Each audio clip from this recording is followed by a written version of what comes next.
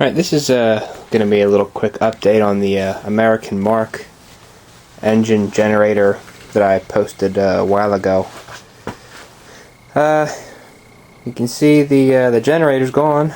It's just the engine now.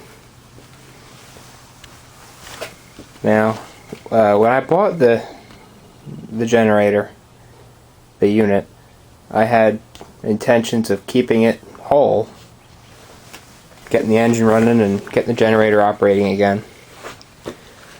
But that didn't turn out to be the case. Upon looking into the generator to see what it would require to bring back up to operation, I noticed a few major problems. First, I'll start off by saying that every single bolt on the generator section was loose. And, as I got into it, aside from the mouse damage and the water damage, the obvious things, the rotor for the 12208 60 cycle, it seems that it was not installed correctly, and the rotor was actually rubbing up against the stator, and that really destroyed those windings.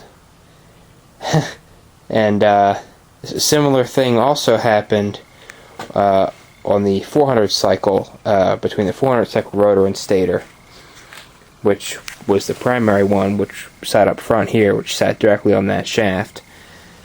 But come to find, a gouged up nut, 3/8 nut, I found in the bottom of the case that looked like it made a few trips around the rotor and stator and pretty much destroyed the windings. So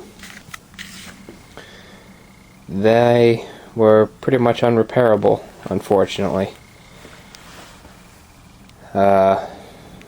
Now, I talked to a friend of mine who deals in a lot of military surplus stuff, engines, equipment, trucks, and things, and he says that being that all the fasteners were loose on it, this was probably like a training generator, because being that the hours were so low on it, it was probably its whole life is probably just spent training mechanics on how to work on these things.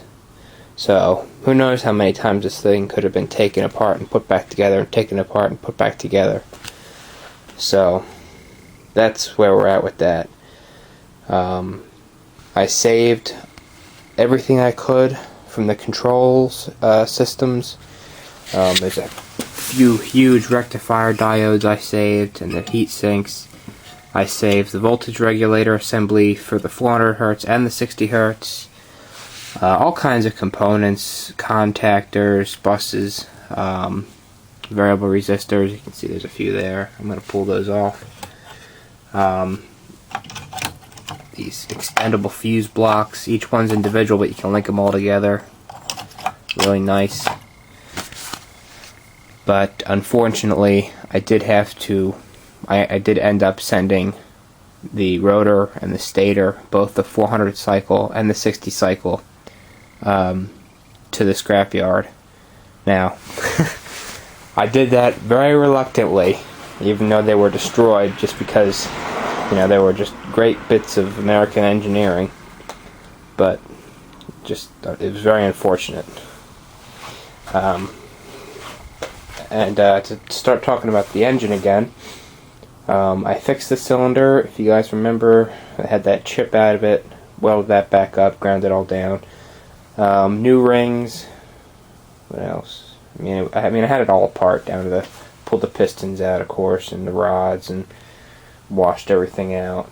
The whole fuel system. I went to start it. Started after I had already taken the generator assembly off,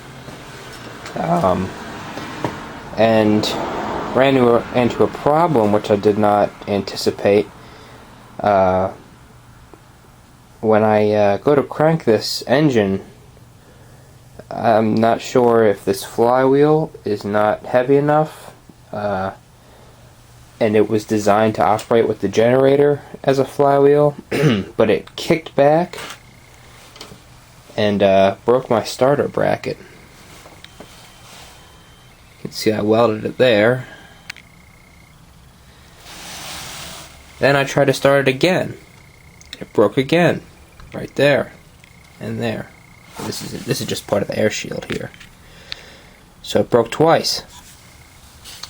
So I'm gonna weld it again. It's aluminum. You can see the whole bracket's aluminum there. I also had to rebuild the starter, but that was before I even started. Even started to try to start it. I rebuilt the starter. But yeah. So that's a little unfortunate, a little annoying, but nothing that can't be fixed. So at this point I have to fix the starter bracket, come up with some sort of flywheel to add onto this shaft to make it even usable. And that's about it. I should note that I did get it to fire a few times on each cylinder. It went back and forth about 5 puffs on each cylinder, so it will run just a little bit at a time. Gotta chip away at it a little at a time. I also want to say that that kicking back could be injection timing off. So after I weld that starter bracket, fix that, before I try to start it, I'm going to add a few more shims under each injector. Just to ensure that the timing is a little bit, I mean, that actually might work if I retard the injection timing a little bit. Might make it easier to start. Not so much that it wouldn't run correctly, but enough that it, just that little, tenth of a degree closer to top dead center, it might be alright. We'll see.